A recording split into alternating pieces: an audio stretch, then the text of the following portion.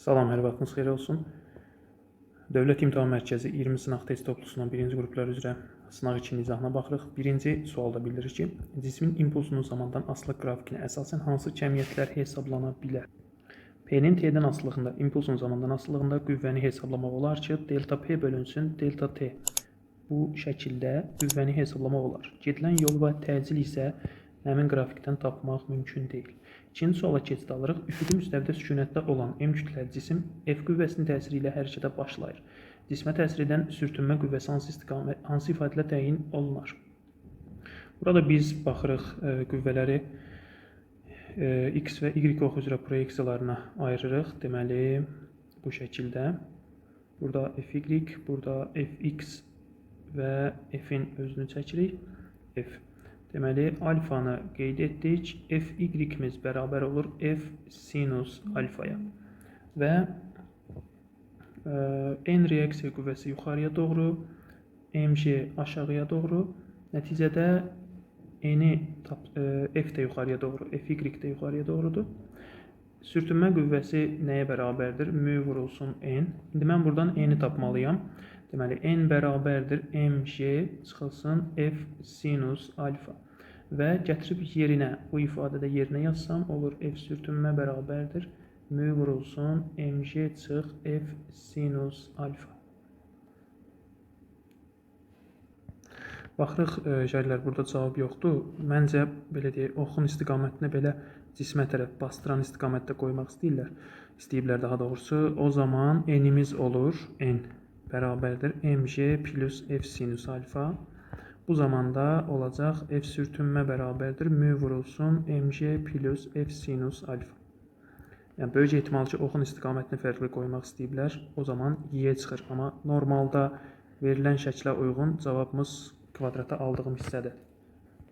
Üçüncü sualda cisimləri şaquli istiqamətdə yuxarı atdıqda onların maksimal qalxma hündürlükləri arasında hansı münasibət doğrudur? H max bərabərdir V0-ın kvadratı bölü 2J. Maksimal qalxma hündürlüyü kütlələrdən asılı deyil, asılıdır sürətlərdən. Başlanğıc sürətləri eyni olan ikinci və üçüncü cisim var. Birinci isə başlanğıc sürəti kiçikdir. Demək ki, H1 kiçikdir, H2 H3-ə bərabərdir. Cavab olur C variantı. Dördüncü sualda bildirir ki, joule vurulsun saniyə böl kiloqram vurulsun metrin kvadratı. Joule-un yerinə yazırıq kiloqram vur metrin kvadratı böl saniyənin kvadratı vurulsun saniyə. Bölünsün kiloqram vur metrin kvadratı. Burada saniyənin ikisindən biri getdi, biri qaldı. Kiloqram vur metr kvadratı getdi, qaldı. 1 böl saniyə, bu da olur tezliyin B variantına uyğun cavab. Yerin süni peyki sürətinin yer səthindən olan məsafədən asılı qrafik. V bərabərdir Jm bölünsün R plus H. Və nəticə etibarı ilə nə olur? Tərs mütənasib müəyyən bir qiymətdən başlayır azalır. 6-cı sualı bildirir ki, cismin kinetik enerjisinin getdiyi yolun uzunluğundan asılı qrafikinə görə cismin təcilinin təyin edilməsi üçün hansı kəmiyyətlər məlum olmalıdır? Təcilin təyin edilməsi üçün deməli, burada qüvvəni, daha doğrusu təcil təyin etməyimiz üçün baxırıq. Y kinetik bərabərdir M V kvadratı bölü 2 minus M V0-ın kvadratı bölü 2. Bir məxrəcdə yazsaq, M vurulsun V kvadratı minus V0-ın kvadratı bölü 2. Bu hissə bizə nəyi xatırladır? S-in düsturunu xatırladır. S bərabərdir V kvadrat minus V0-ın kvadratı bölü 2A. V kvadrat minus V0-ın kvadratı bölü 2 S vurulsun elə A deməkdir. Gətirib yerinə yazsaq, delta Y kinetik bərabərdir M vurulsun, S vurulsun A-ya. Və burada baxsaq, MA var. Deməli, delta Y kinetik nəyə bərabərdir? F vurulsun S-ə.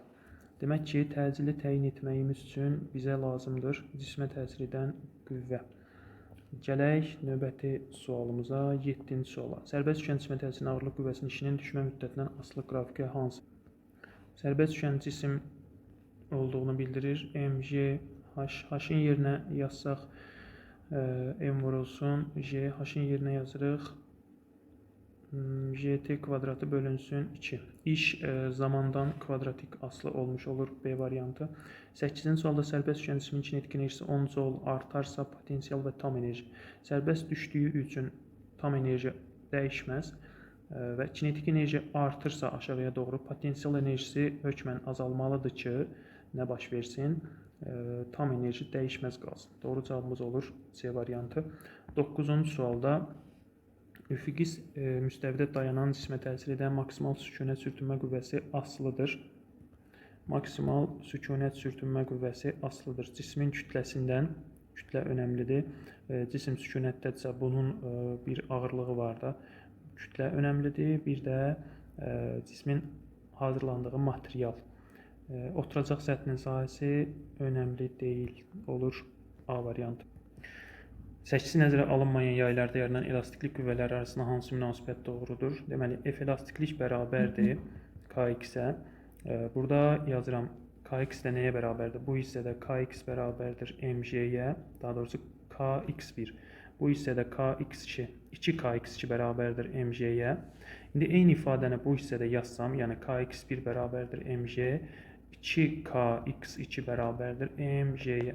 Gətirib yerinə yazsaq və yaxud da ki, Kx1 bərabərdir nəyə? Bu ifadənin sağı bərabərsə, sol da bərabərdir. 2Kx2. X1 bərabər olur nəyə? 2 dənə x2-yə. İndi F elastiklik qüvvəsinin birinci və ikinci üçün yazsam, F1 bərabərdir K vurulsun 2x2, F2 bərabərdir 2K vurulsun x2. Nə oldu? İkisi də eyni ifadə oldu. Demək ki, F1 F2-yə bərabərdir. F1 bərabərdir F2-yə. İndi gələk F3-ü araşdıraq. Baxsaq, F3-ü buradan müəyyən etsəm, yazıram 2mg bərabərdir 2Kx3 və mg-nin yerinə gətirib buradakı ifadəni yazıram. Yazıram 2Kx2 bərabərdir. Daha doğrusu, ikilər ixtisar getdi. mg-nin də yerinə yazıram 2Kx2 bərabərdir Kx3-ə. Demək ki, F elastiklik 3 bərabərdir nəyə? 2Kx2-yə. Bu da nədir? 2F2.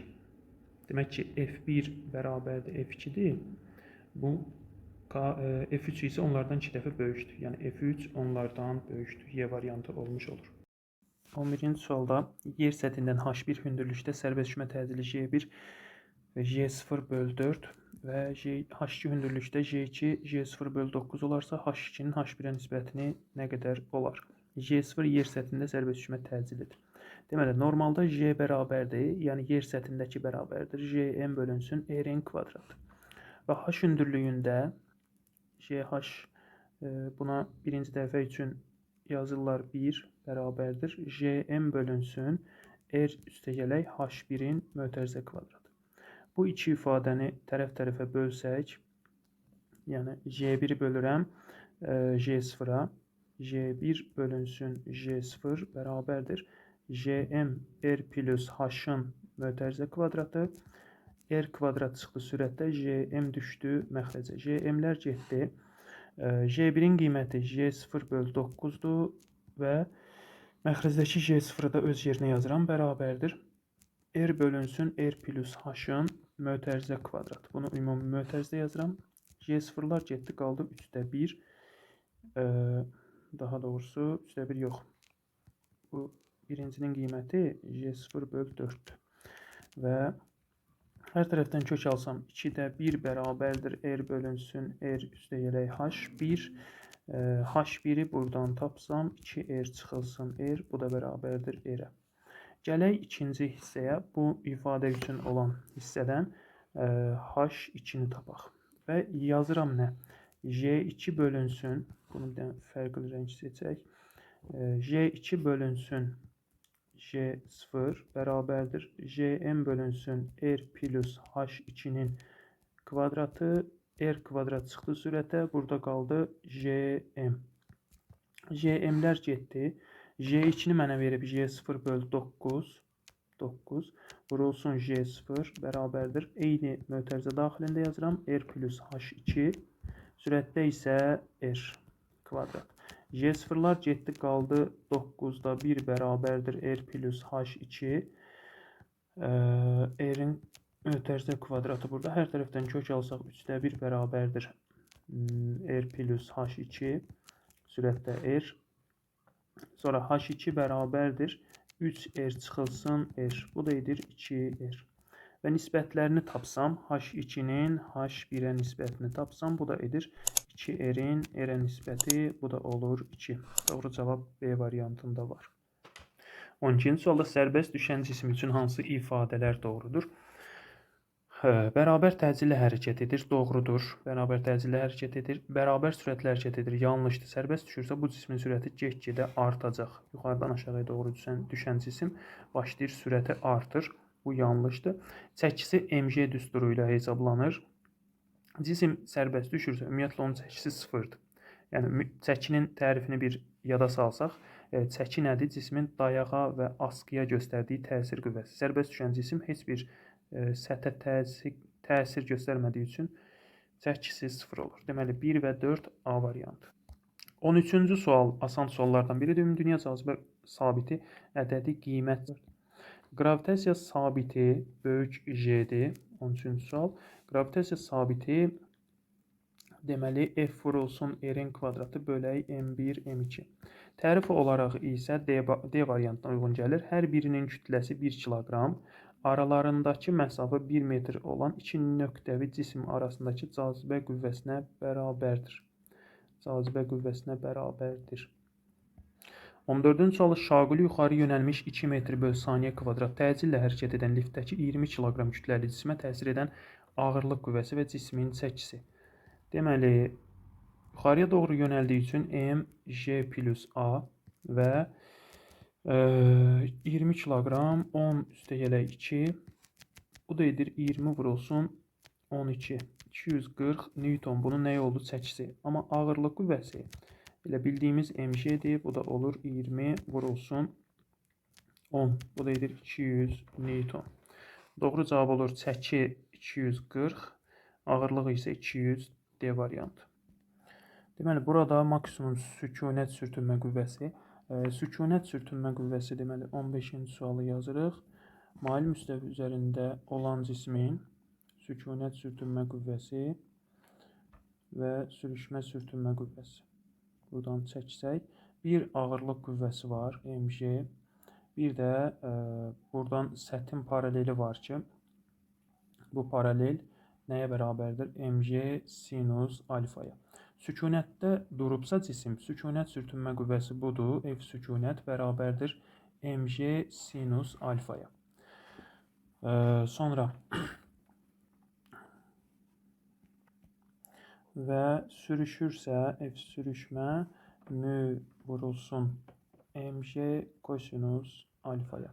Və biz burada nəyə baxırıq? Birinci bildirir ki, mail müstəvinin meyl bucağından asılıdır. Doğrudur, çünki sükunətdə mg sinus alfadır, sürtünmədə isə mü mg kosinus alfadır. Bir ortaqdır. mg sinus alfa nə oldu? Sükunət sürtünmə qüvvəmiz oldu. İkinci 1-ə uyğundur. Sürtünmə əmsalından asılıdır. Sürtünmə əmsalından asılı olan sürüşmə sürtünmə qüvvəsidir. Gördüyümüz kimi burada mü var, amma sükunətdə mü yoxdur. 3 oldu ikinciyə. Mail müstəvinin meyl bucağı artırdıqda azalır. Mail müstəvinin meyl bucağını artırdıqda azalan sürtünmə, daha doğrusu sürüşmə sürtünmə qüvvəsidir. Niyə? Çünki kosinusun, burada fikir verirsinizsə, kosinusdan asılılığı var. Kosinusun bucağı artdıqca, alfa artdıqca, kosinusun ədədi qiyməti azalır. Çünki 0-da 1 alır, 90-a doğru getdikcə başlayır azalmağa, 90 dərəcədə 0 alır. Yəni 1-dən 0-a doğru başlayır azalmağa. Azalan uyğun oldu ikinciyə. 5. Mail müstəvinin meyl bucağı artdıqda artır. Niyə artır? Çünki F sürtünmə, daha doğrusu sükunət, mg sinus alfadır. Və mg sinus alfa, sinusun da bucağı artdıqca ədədi qiyməti artır. 5 olur birinciyə. Uyğundur 2, 5, 3, 1, 4. 16-cı sualda kub formalı cisim üfüqi müstəvidə sürüşür. Kubu tilinin uzunluğu 2 dəfə böyük olan eyni materialdan hazırlanmış kubla əvəz etdikdə sürtünmə əmsalı. Sürtünmə əmsalı müdür, mü.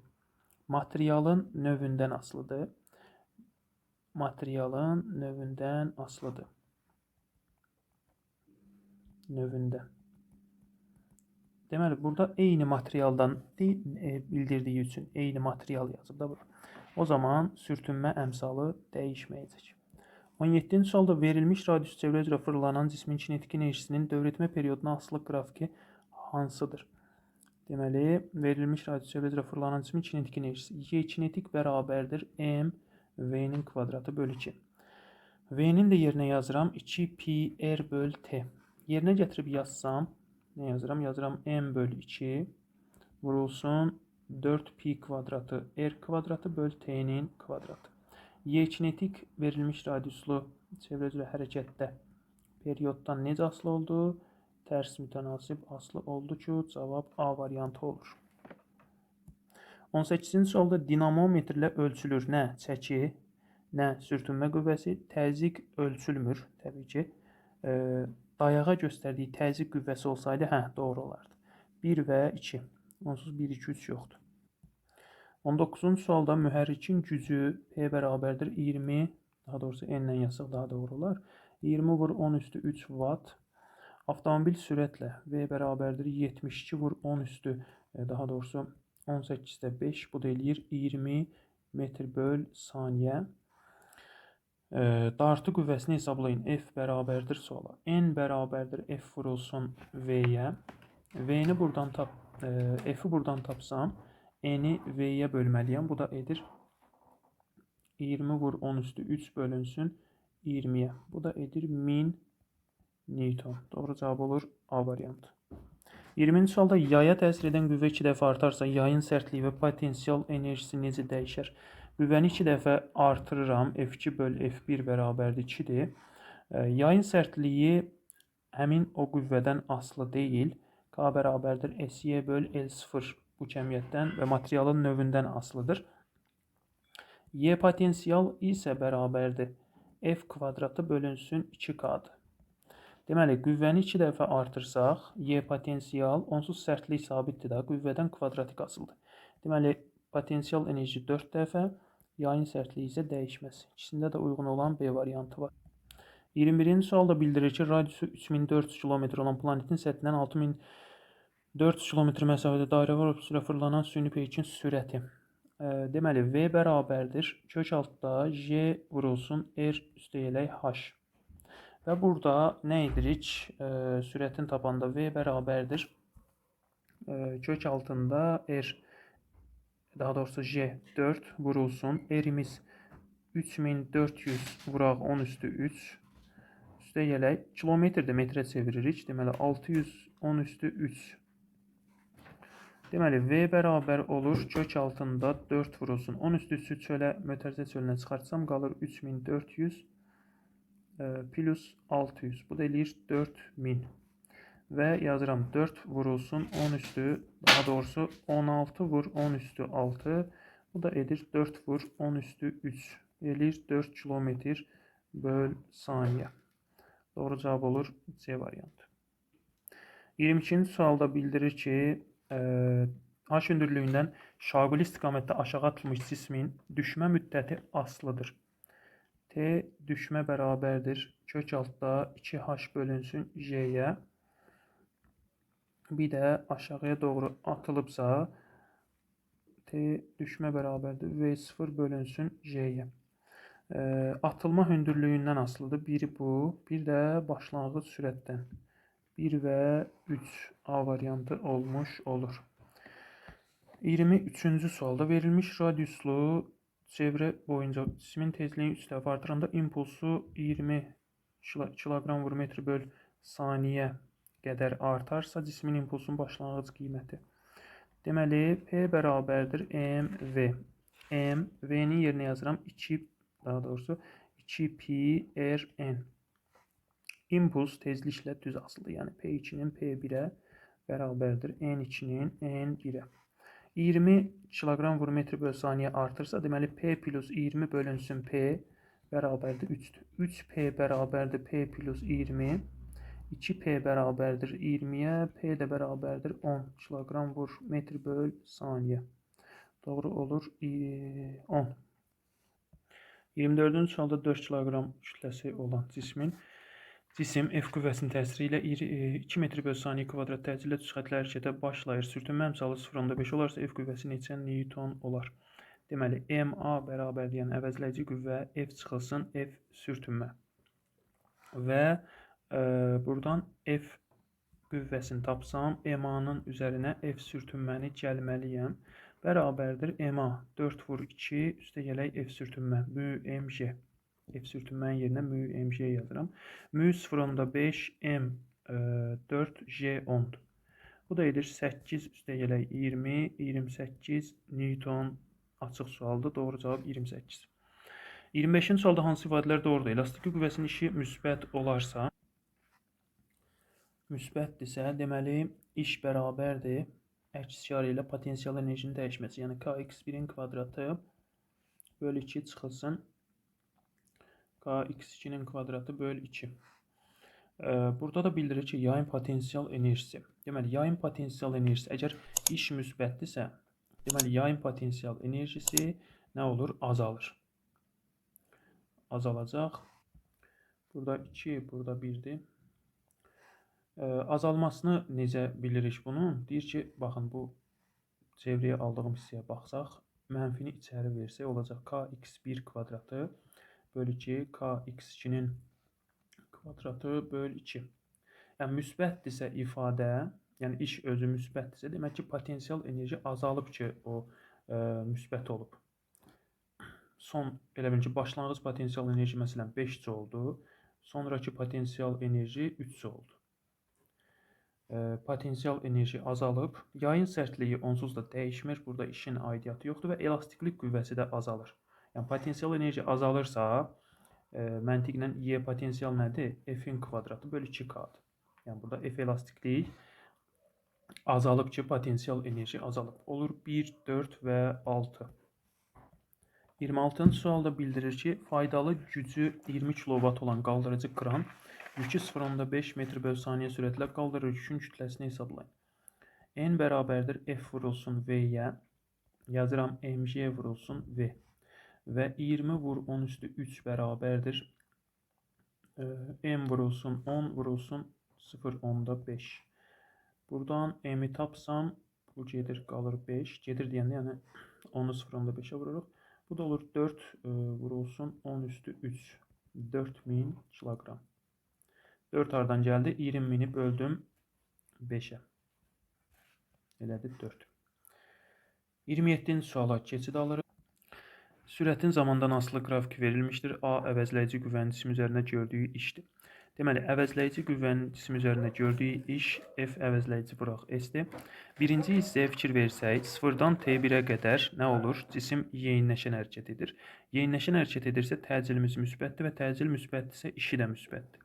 Deməli, birinciyə uyğundur 0T1, 1'ə uyğundur A. T1, T2 aralığında cisim bərabər sürətlə hərəkət edir. Təcil 0'dır. Əvəzləyici qüvvə də 0 olur. Deməli, oldu əvəzləyici qüvvənin işi 0, 3'ə. T2, T3 anında başlayır yavaşlayan hərəkət edir. Təcil mənfidir, qüvvə də mənfidir. Ona görə iş də mənfidir. T2, T3'ə uyğundur iş mənfi C variantı. 2'yə getdi. T3, T4. Burada da təcil mənfidir, qüvvə də mənfidir. İş də belə çıxır ki, mənfidir. Deməli, bura uyğun oldu. Və yekunda bərabər sürətlə hərəkət etdiyi üçün təcil 0'dır, qüvvə 0'dır, iş də 0'dır. Bərabər sürətlidir bu hissə. Uyğun oldu Y. Deməli, 28-ci sualda 0,2 kiloqram kütləli cisim sərtliyi 1000 Newton bölək metr olan və 10 cm sıxılmış yayın qarşısındadır. Yayı sərbəst buraxdıqda cisim K-element trayektoriyası boyunca hərəkətə başlayır. Burada hərəkətə başlayırsa, Y kinetik enerji bərabər olacaq Y potensiala, yəni elastiki deformasiya olmuş yayın potensial enerjisinə. Deməli, Y kinetik bərabərdir Kx-in kvadratı bölü 2'yə. Bu da olur 1000 vurulsun X sıxılmış yay 0,1 bölək 2'yə. Bu da bərabərdir 100 bölünsün 2 edir 50 joule.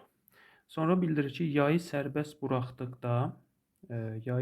buraxdıqda K element trayektoriyası boyunca hərəkətə başlayır və M nöqtəsində cismin sürəti 4 metr/saniyə olarsa, uyğun düsturu yazmaqla sürtünmə qüvvəsinin təsir edib etmədiyini müəyyən edin.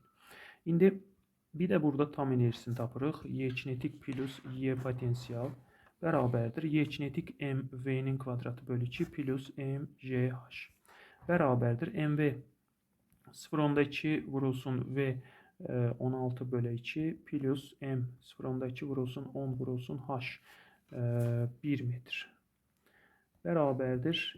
Getdi 0,1 oldu. 1,6 üstə gələk 2. Bu da eləyir 3,6 joule. Baxırıq burada kinetik enerji 50 joule tapdıq. Tam enerjini isə Y tamı isə tapdıq 3,6 joule. Yəni burada tam enerjimiz kinetik enerjidən azdır. Nə baş verir? Demək ki, azalma prosesi gedib, sürtünmə qüvvəsi təsir edib. Deməli, Y kinetik böyükdür Y tamdan və nəticədə cisimə sürtünmə qüvvəsi təsir edib. Sürtünmə qüvvəsi təsir edib. Səbəb nədir? Enerjilər bir-birindən fərqlidir. Daha doğrusu, tam enerji kinetikdən azdır. Deməli, 29-cu sualda cismin kinetik enerjisində getdiyi yoldan asılı qrafiki verilmişdir. 1-2-3 hissələrinə cismin necə hərəkət etmişdir? Cismə təsir edən əvəzləyici qüvvənin cismin getdiyi yolun uzunluğundan asılı qrafikini qurun. Birinci S yoluna qədər fikir versək, nə olur? Kinetik enerji artır. Səbəb nədir? Sürət artır. Deməli, birinci halda sürət artır.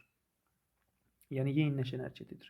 İkinci hala fikir versək, başlayır kinetik enerji azalır. Kinetik enerjinin azalmasına səbəb nədir? Sürət azalır. Üçüncüyə fikir versək, üçüncüdə kinetik enerji dəyişmir. Burada da səbəb nədir? Təbii ki, sürət sabitdir. İndi biz burada qrafikini çəkməyə çalışsaq, F əvəzləyicinin S-dən asılılığında birincidə artır. Artdı. Burada təcil müsbətdir.